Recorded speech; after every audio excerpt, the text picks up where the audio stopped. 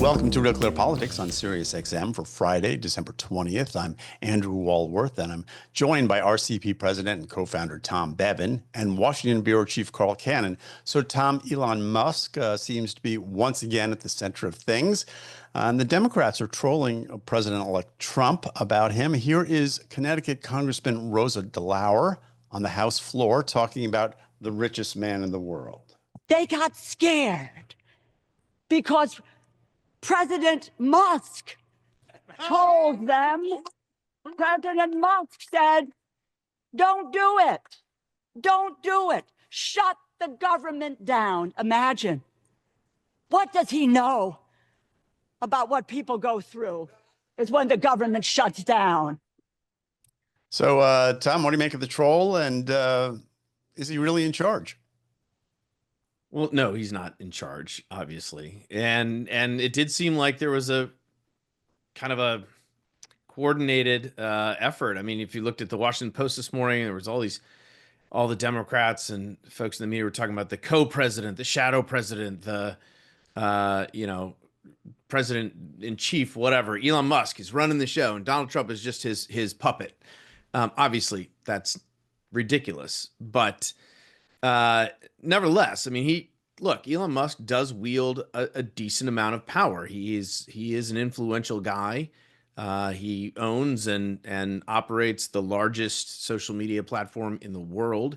And when he tweets about stuff, he obviously gets attention. And he and Vivek Ramaswamy were the first ones to sort of, bring attention to this CR that Mike Johnson had negotiated and was trying to get passed, and they ended up, blowing it up along with Donald Trump and JD Vance, who both, by the way, signed onto a statement against it as well. And so, look, I understand. I think Democrats think this is a good way to get under Trump's skin, right? To tell him that he's not really in charge and people think somebody else is running the show. Like, that's a good Trump being sort of as vain and egotistical as he is.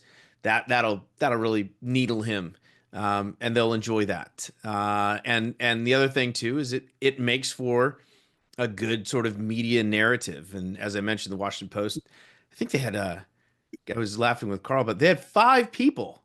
The byline had 5 people on it to write this story in the Washington Post this morning. I mean, just imagine the amount of resources that went into a story saying that Elon Musk, all the academics and the experts are now worried about the amount of power that Elon Musk has accumulated in just such a short time. And we are really just a hair's breadth away from an oligarchy. So, Carl, do you see it that way? Well, I was struck by Rosa DeLauer. Her, I don't ever make fun of people's physical appearance, but her body language. You make fun of my physical appearance all the time, Cannon. Come on, don't lie. You're a handsome guy, Tom. That's all I'm going to say. Now you're making fun. But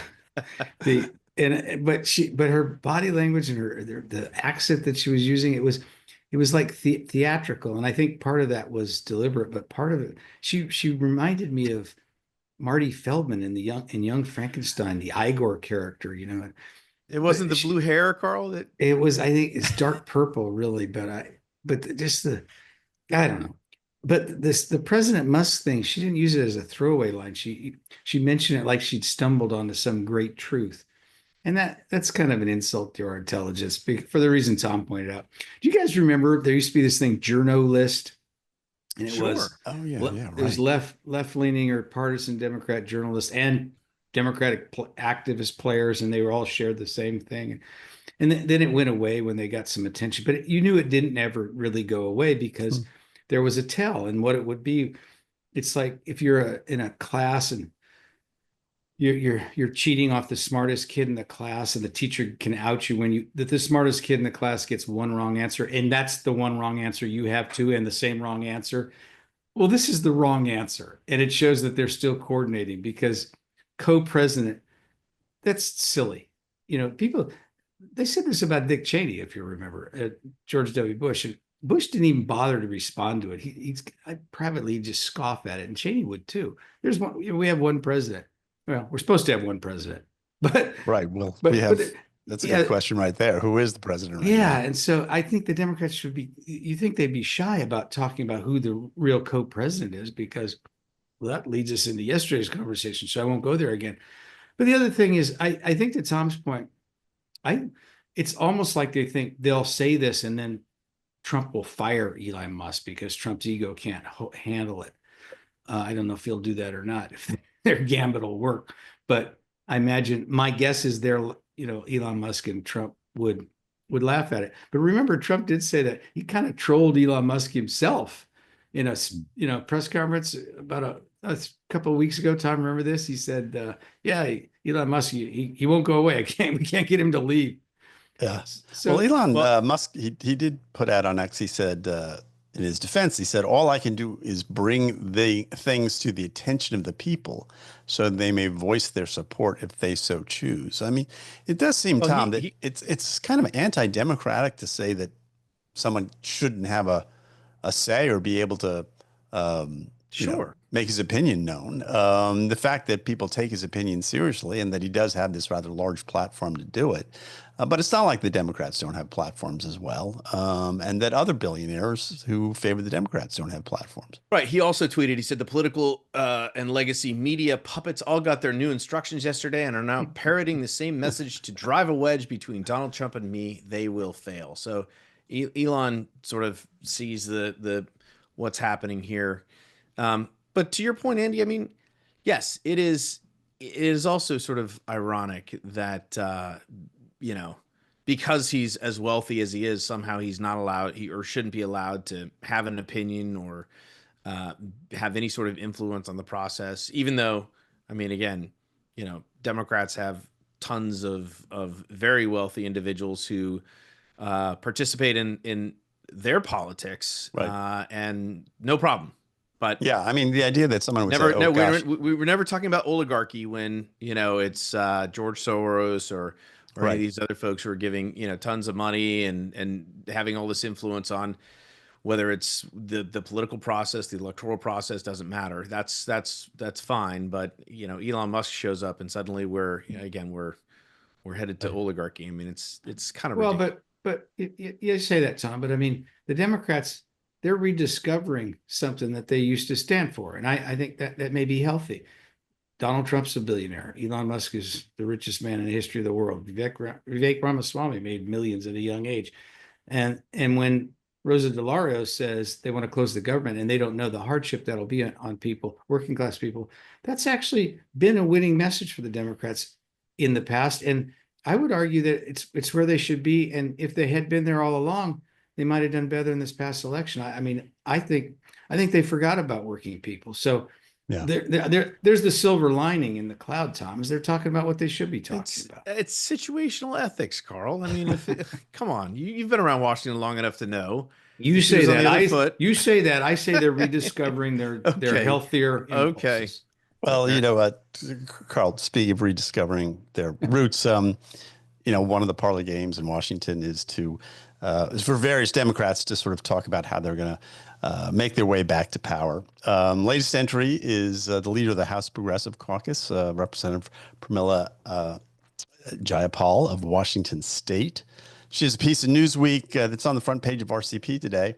Headline is The Democrats' Path Back to Power. And Carl, she says, to win back working class and poor voters of every race, it's past time for a rebuild of the Democratic Party.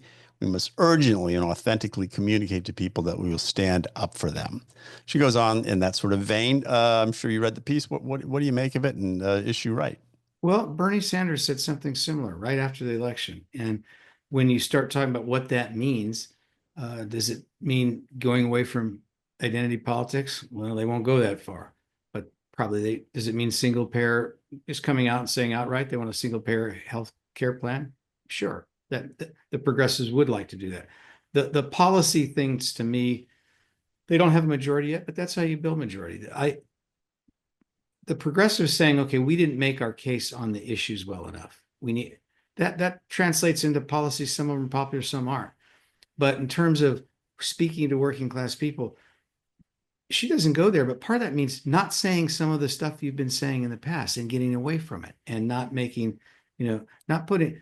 If your key issue is transgender politics, even people who are not hostile to transgender people in any way think, oh, well, that's where your energy is. You don't really care about the things that are important to most families. So I think this is the conversation they're going to have for the next 3 years, 3.5 years till they get a nominee, and that nominee will set the the agenda. But I think the progressives should push on some of these populist economic issues. They're going to have to figure out how they get away from the excesses of identity politics. They haven't. They kind of say, well, we've done this, but they haven't really walked any of it back.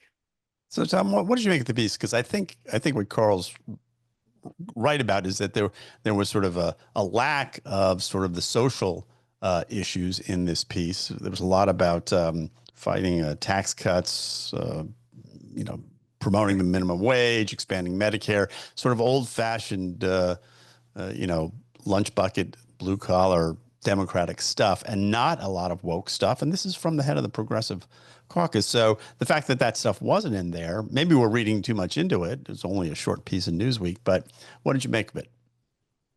Well, I mean, so if you're a reader of Real Clear Politics and a listener of this program, you'll know that we had another piece on the exact same subject by Rahm Emanuel. It was in the Washington Post. It was on our front page. We talked about it on this radio show a couple of days ago, and that's sort of the centrist DLC, for lack of a better word, position. And now we have the progressive position, which is, to your point, I mean, there was the 800-pound gorilla in the room, which is, what about the social issues, and have Democrats and progressives gone too far with respect? She didn't talk about that at all. And there's a difference between just omitting it and what Rahm said, which is, listen, we've got to talk to voters where they are on issues, tough issues like crime and immigration. And we can't, what was the line? It was something like, when you're getting carjacked and everything in the pharmacy is locked down, like, that's a bad sign. You can't ignore that crime statistics. Exactly. You can't just cite crime statistics and think that's going to be enough, because that's what people are living in their day to day. So I think, look, the piece is fine, and I do think Democrats and progressives, Bernie Sanders was popular for a reason, and he was popular along with Trump because they were two sides of that same populist coin, so I think that's fine for progressives to say, listen, we have to formulate policies, progressive populist policies that reconnect us to the working class. That's all fine. But I don't think they can do that and by totally ignoring or omitting or lighting over these other issues that, again, Rahm Emanuel was willing to sort of speak directly to. And I think that, to me, they have to have both. They can't just have one or the other. Well, guys, we're going to have to take a break. We're going to be back in a second. You're listening to Real Clear Politics on Sirius XM. I'm Andrew Walworth. I'm talking with Tom Bevan and Carl Cannon. We'll return right after this. Welcome back to Real Clear Politics on Sirius XM. I'm Andrew Walworth. I'm here with Tom Bevan and Carl Cannon. And guys, I'm sure you saw it. The Politifact organization put out their Lie of the Year. This is actually a poll they do of their readers, where the Politifact editors ask their readers to choose among a list of 10 lies that the editors have chosen. Here's a hint as to what they chose. They're eating the dogs. Whoa, whoa, whoa, whoa. They're eating the cats. Meow, meow, meow, meow. They're eating the pets of the people that live there. That is the great Kifnis. The Kifnis is his name, who put that together. He's a South African musician. This is one of my favorite cuts of the year. But Tom, what do you make of that being the lie of the year? 54% of the respondents to the survey chose that as the biggest lie. Look, Politifact is this idea is part of the quote unquote fact checking, right, regime, where they basically, which is not unbiased, and routinely fact checks Republicans and lets Democrats get away with all sorts of craziness. Look, of the 10 that they chose to submit for their readers to vote on, 7 of the 10 were Donald Trump related, or JD Vance Republican related. I think only one or two. One was Kamala Harris, one was Tim Walz, and one was Joe Biden. And the Joe Biden one was him saying he wasn't going to pardon his son. So it wasn't exactly I would say, a balanced sample for people to choose from. And I do think, in my personal opinion, I mean, after what we've seen the last couple of days, I think the biggest lie of the year wasn't a particular, well, I guess you could have chosen any statement saying Joe Biden was, sharp as a tack, because it's clear now from what we knew and suspected is now being borne out by people who are willing to leak and talk to reporters about how debilitated he was. I mean, that to me is sort of the biggest scandal, not just of the year, but maybe of the decade, or even the of the century, which means of the millennia. Yeah, I mean, so, but yeah, and the thing about Donald Trump, right? Him saying that in the debate, I remember when he did it because we talked about it at the time because. People were like, is he going to go there? Is he going to say it? Of course he did. And everyone's like, oh my God, I can't believe he said it. Because there was some concern, and it wasn't like this was made up out of whole cloth, right? There were some reports, and there was some concern, and there was some testimony before the local city council and of the like. But it wasn't, so I don't, Wait, you're defending the lie of the year. You're saying it wasn't even a lie. Come on, Tom. I'm saying it wasn't 100%. There's gray matter in there, Carl. All right, hold on. Maybe it was 80% I gotta lie. jump in. I'm going to save Tom here from him. So it was a spectacularly crazy rumor. In some ways, not a lie at all, because the idiots repeating it may have thought it was true. But it was a pretty wild statement, and the goofiest thing on the campaign by far. But the lie of the year is what Tom said it was. The Wall Street Journal didn't just have a story out this week. They had a story several months ago about Joe Biden. And these people were attacked for their reporting by Karine Jean-Pierre, the White House press secretary, by any number of commentators, liberal commentators, and by Kamala Harris herself. Nancy Pelosi said that Joe Biden belongs on Mount Rushmore. If you're going to use this ridiculous fiction about Haitians eating cats and dogs as a lie, well, then what Pelosi said was a lie. She knew better than that. And so that's the they said, and they were lying to themselves, and they lied to the American people, and they lied to the press. And so then they got stuck with a nominee that they couldn't, who only had 107 days to campaign. And by the way, speaking of lies, Kamala Harris repeated word for word Joe Biden's fake origin story, that he decided to run for president when he saw these tiki torches in Charlottesville and these neo-Nazis, and Donald Trump said they were very fine people. What he said was they should be condemned totally. Right. And when Kamala Harris is repeating Joe Biden's lies, I think that signaled to independent voters that they needed a change of pace. So even though it's little remembered and she was repeating something Biden said over and over again, that might be my vote for lie of the year.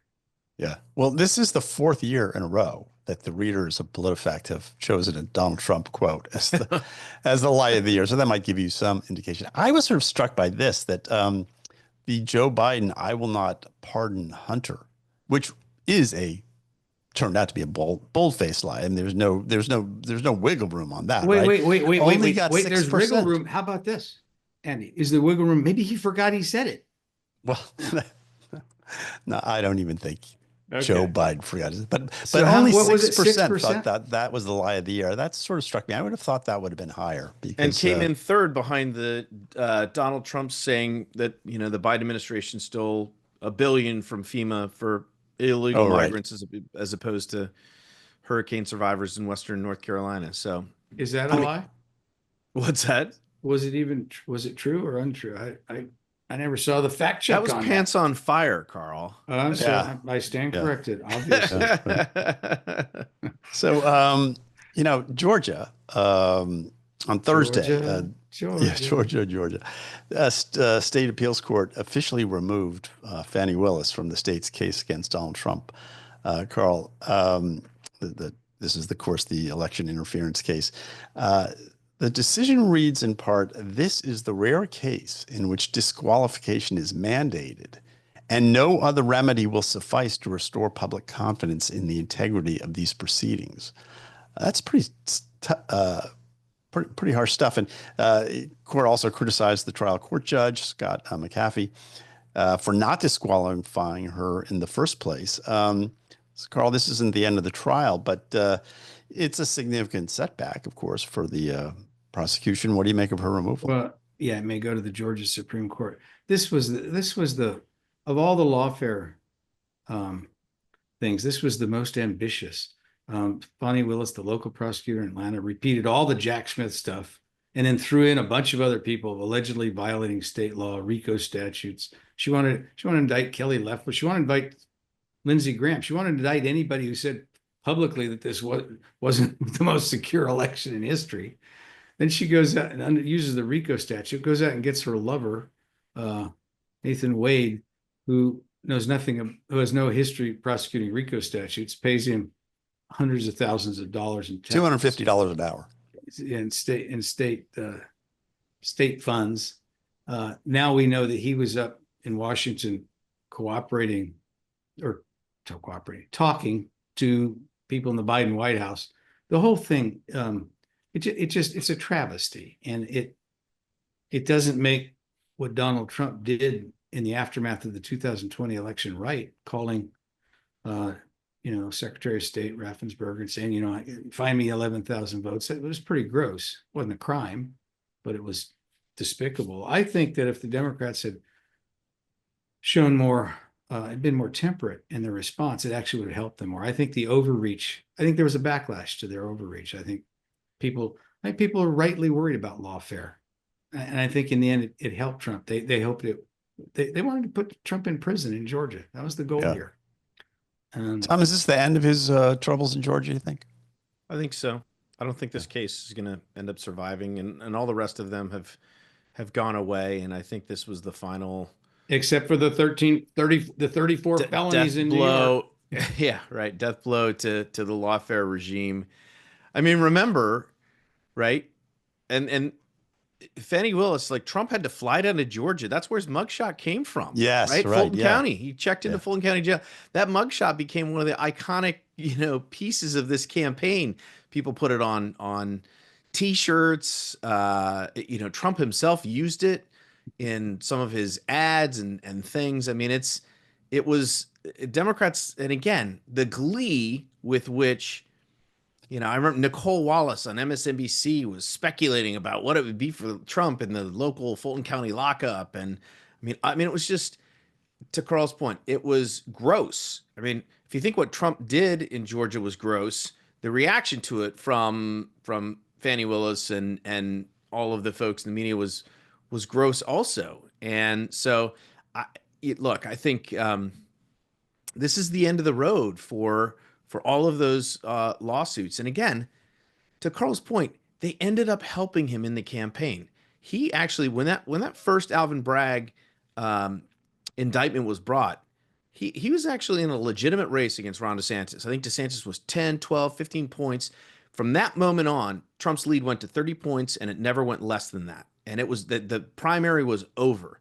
So every step of the way, these indictments and all these court cases helped Donald Trump. They made him stronger. They didn't hurt him, and they hurt Democrats and the media with the way that I think the public viewed their glee in how they. Well, Tom, they also hurt the country. The criminal justice system is not supposed to be used in this way. It makes us look like a third world dictatorship or some tin horn country.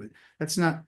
That's the real victim here is the system and people's confidence and faith in our institutions. And I think they did damage to the country in their zeal to get Trump. And maybe they're motivated. Maybe I don't know these people personally. Maybe their motivations were not cynical, but I think they, by showing such a lack of perspective, I think they hurt politics, and they hurt the whole idea of self-government. Fanny Willis, along with Letitia James and Alvin Bragg, they all publicly talked about how they were going to go get Donald Trump. They used it as part of, she used it in her election campaign.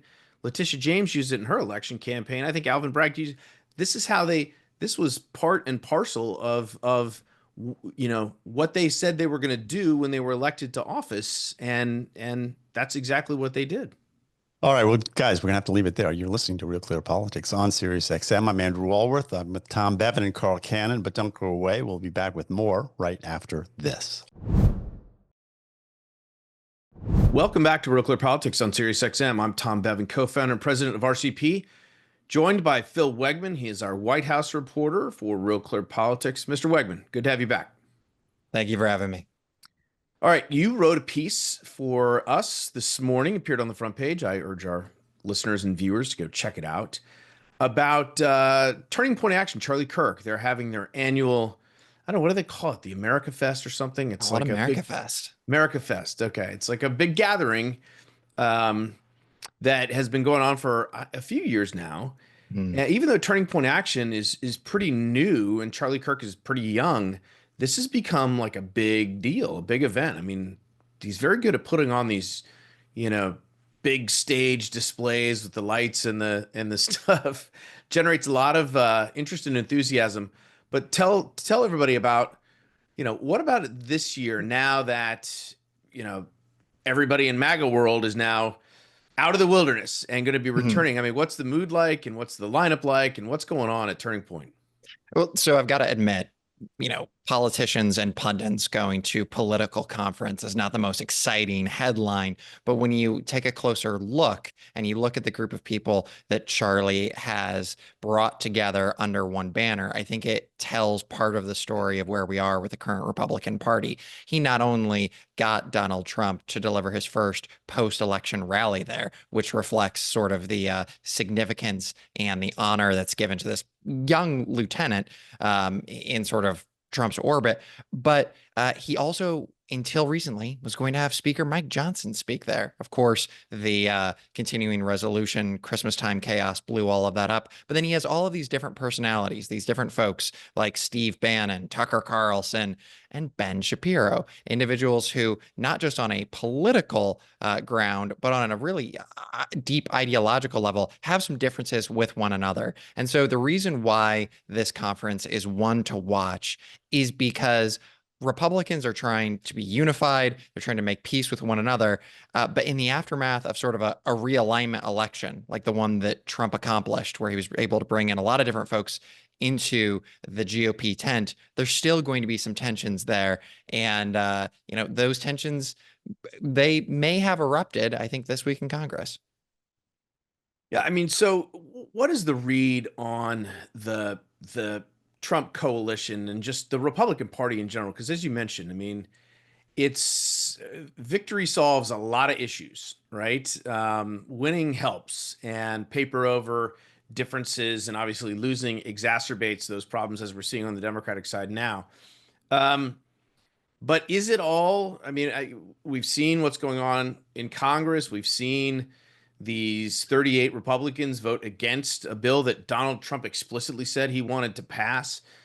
So it's not all rainbows and unicorns, right, at this point. But is the Republican Party more unified than it's been in the past? And will they be able to get through this moment and be unified when Trump officially takes office next January?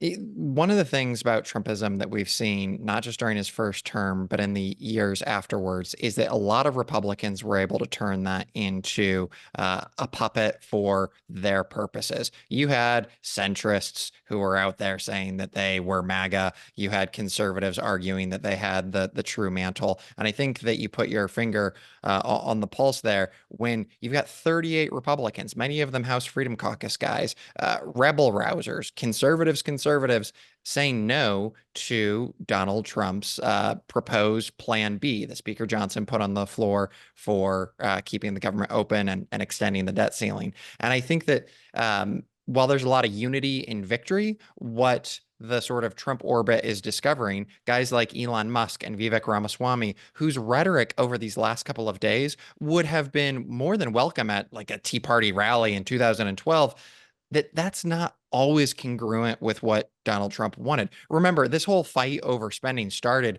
with Vivek Ramaswamy and Elon Musk saying, why are we spending money that we don't have? And then you had Donald Trump blow up the initial bipartisan deal, which would have spent a lot of money, and argue for extending the debt ceiling for 2 years. And he later said that his preference was to get rid of it altogether, to make government borrowing authority limitless. And so, as you see all of these folks descend on this Turning Point USA Action event, I think that it is because, one, they want to be unified, they want to be with a winner, but two, the definition of Trumpism, of America first, when it actually gets to the details, when the rubber meets the road, that can often be in flux, and there's a fight over that. It's not over yet. Well, I want to ask you about Chip Roy, because you just interviewed him for this very podcast last week, and now he's in the news again. Obviously, he is one who came out and said, look, I'm not voting to suspend the debt ceiling. He was one of the 38 and gave a very fiery speech on the floor of the House in defense of just ripping Republicans for being hypocrites, on, pretending to be deficit hawks, coming in there doing the exact same thing. They were going to, spend, I think he said, add 4.7 trillion to the debt by this move that Trump wanted. And Trump turned around and said, basically, hey, anybody in Texas want to run for Congress?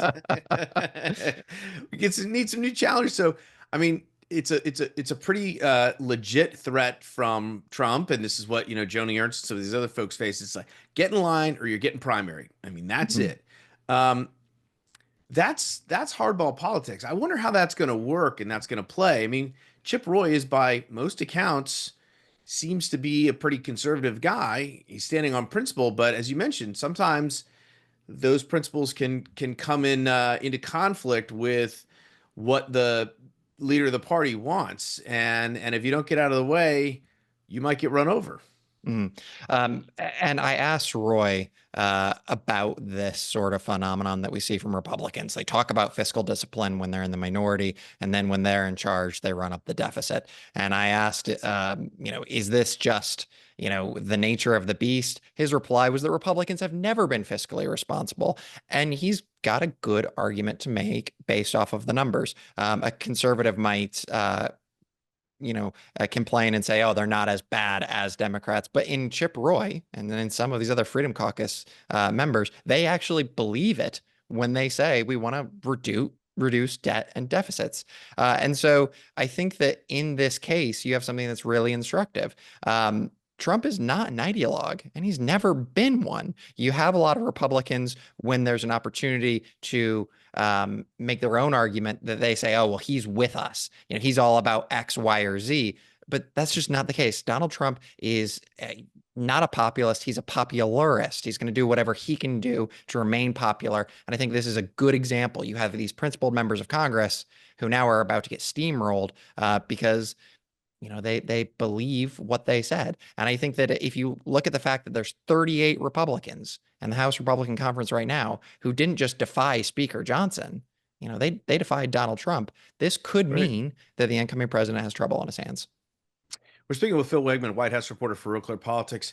Phil, let's talk about the other side of the aisle. I mean, Democrats are obviously find themselves in again, depressed from the election, but suddenly gleeful at the prospect of Republicans forming a circular firing squad. And they're all standing around watching and applauding, sort of egging Republicans on. How do Democrats think this really is going to, accrue to their benefit? And how unified are they in facing this incoming administration? So the other day, Vice President-elect J.D. Vance goes to the cameras after the Plan B fails, and he says, Democrats did that. But look, political arithmetic is the same as every other kind of arithmetic. All you have to do is count, and you can see that while Democrats tanked Plan B, Republicans were the ones who jumped ship. And Republicans currently, they control 1/2 of 1/3 of government. Schumer in the Senate knows that he holds the cards, and President Biden, well, we haven't seen much of him of late.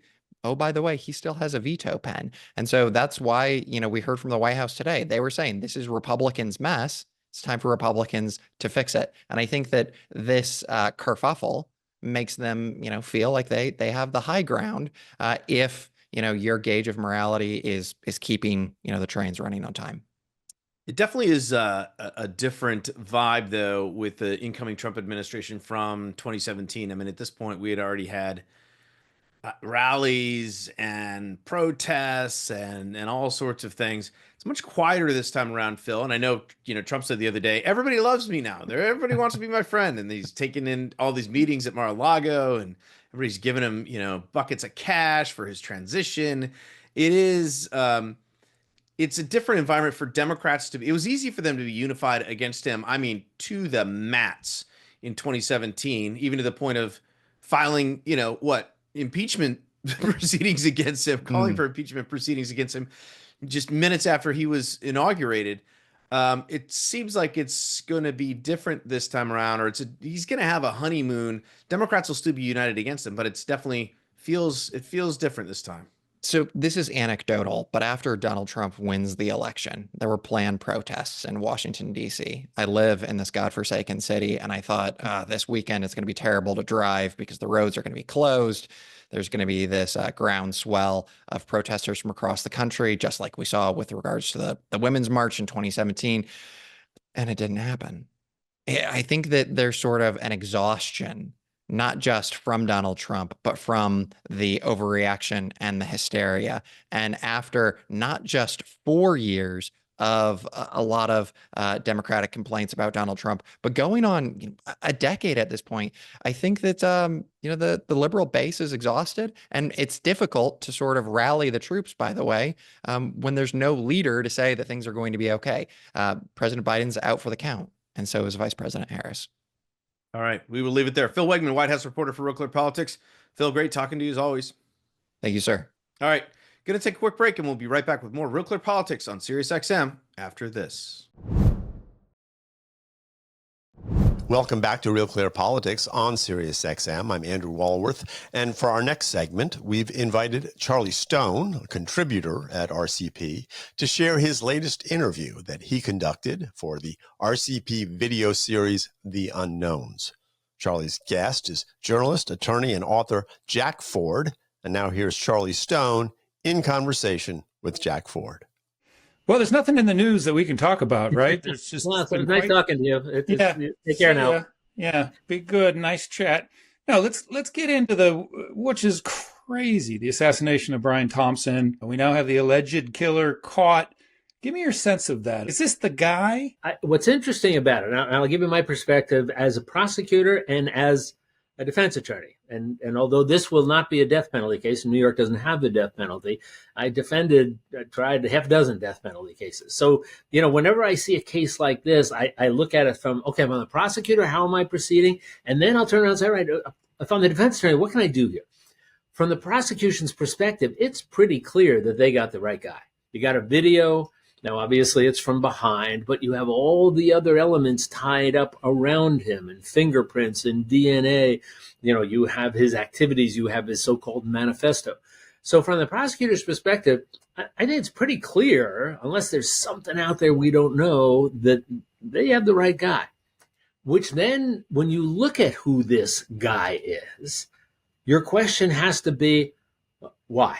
Right? Now, but a lot of people don't, that if you're prosecuting a case, you don't have to prove the why. You don't have to prove a motive. Most people think, based on television and movies, well, you need a motive, right? Otherwise, you can't get a conviction. You and I know that you don't. But boy, jurors really like to hear you answer, if you can, that question why. It helps them when they get in the jury room. And you look at this guy, and there's no apparent why. And by all accounts, seems like a very normal, engaging kind of guy. And then all of a sudden he breaks, literally and figuratively. Nobody's heard from him in 6 months. Friends are saying, where are you? I saw one text where a friend said, hey, man, I got my wedding coming up. You committed to me. I haven't heard from you. What's going on? Clearly the parents are puzzled. So then you start to look at, all right, mental conditions. So that's the first thing, if I was his lawyer, first thing I'm going to take a look at is get a really good forensic psychiatrist and say, let's spend some time with him and let's see, because if you're the prosecutor doesn't have to prove a why, but you want to, the defense kind of has to come up with something here, because they're going to be confronted with a barrage of compelling evidence against them. And maybe that something becomes some type of an insanity defense. So it does seem, though, that this is very well thought out. He tried to hide his tracks. It wasn't impulsive. I mean, he knew when the victim would be there. So I think that runs counter to someone just snapping, right? Look, insanity defenses are really hard, primarily because jurors are just not comfortable. For an insanity defense, you have to admit you did it, and then you deal with the why. And jurors, understandably, are just not comfortable saying the words "not guilty," even though you're tagging it with "by reason of insanity," when they know somebody did it. And it's one of the reasons why they're difficult. As a matter of fact, the criminal defense attorneys have been lobbying for years, and some places have this, where you don't get a not guilty by reason of insanity verdict. You get a guilty but insane or suffering from criminal insanity, something like that.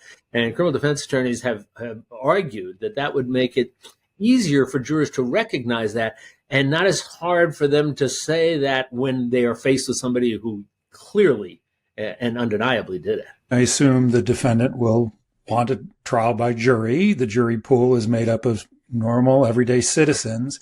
Have you been surprised at least on social media, the reaction, this elevation of the alleged killer to almost cult status? Yeah. You know, the sad thing is that nowadays nothing surprises me anymore on social media. And it's, it's horrific to think that somebody could take a life and you would get essentially applause. I mean, a life of a man who shoot him in the back, and what was his crime? That he was an executive with an insurance company. But that would generate plaudits from people. Yeah, that we've heard this before, but I think this is where it certainly rings true, is social media is wonderful, except for when it isn't. And to me, sadly, I am not surprised to see this drumbeat of people out there that for some reason feel it's appropriate to applaud him for taking another person's life. Well, you obviously have a long career, and I mean that with all due respect, that you've had a very vaulted career. Tell me how the news has changed. I mean, we all know the obvious. There are no editors on social media checking facts, right? So everything is going live. But give me your old statesman view. Like, what's wrong with the news these days? If I ever let my opinion seep into my reporting, quite literally, you would be pulled off the air. Because the job was, theoretically then, it was actually then, I guess theoretically now, I looked at it as my job was to collect facts, to distill them, to package them, to get them out there. Even when I was acting as the legal analyst, I would never give my opinions on things. Just never believed my job was to either actually say it or say it in a way that viewers would say, yeah, I know where he stands on this thing. And then you talk about, you get online and, there, as you said, there are no editors, there are no fact checkers. And anybody who wants to can start posting some things and toss it out as some version of journalism. It's clearly not legitimate journalism, but it's out there, and it's become the world that we live in. In some ways, I applaud the democratization of news gathering, right? Because in not the olden days, but before, it was a club, right? There were 3 or 4 different outlets that were. That was it. When I started, there were 3 networks. That was it. Nice club to be a part of. So I do applaud that sort of sense of like anybody can, be a journalist and, let's say, record drones over New Jersey, right? So the speed. And by the way, there are some people doing really good work. Yes. Who are not within the traditional journalism silos. The traditional outlets, I think, have just become obsessed with profit, right? Because it used to be that news used to lose money. Now it's a money maker. As long as you gin up the crowd and get them excited, about what they're passionate about. And unfortunately, I think that's a disservice. No? When I first started doing stuff with CBS, basically the news division was told, you're okay. You don't have to make money. We have the entertainment division. That'll make money for us. You are doing a public service here. So we're going to give you a good budget. We're going to let you do documentaries. We're going to let you dig deeply into stories. Don't worry about the bottom line. Can you imagine anybody today running a news division of anything saying to their corporate bosses, you know what? I don't think we should have to worry about the bottom line because what we're doing is way too important. Well, that leads to the conversation about just the division in this country, right? I mean, you've got some really deep divisions which concern many people of where this is going to result. I mean, so where do we go? Like, how do you're King Jack. I'm going to call you King Jack. How do you solve this? Like, where is the resonance that gives people pause to say, you know what, I'm not going to act like that? One of the things I've come to realize is, I tend to think, I wish we could go back to the good old days. And I come to realize maybe there weren't that good old days in that fashion. Maybe they were a little bit better in some ways. We talk about our political division. You go back into the 1830s and 1840s, and you had people in Congress, calling each other out for duels. I'm a college student during the Vietnam War, and the divisions that settled in because of that, and violence and the civil rights movement.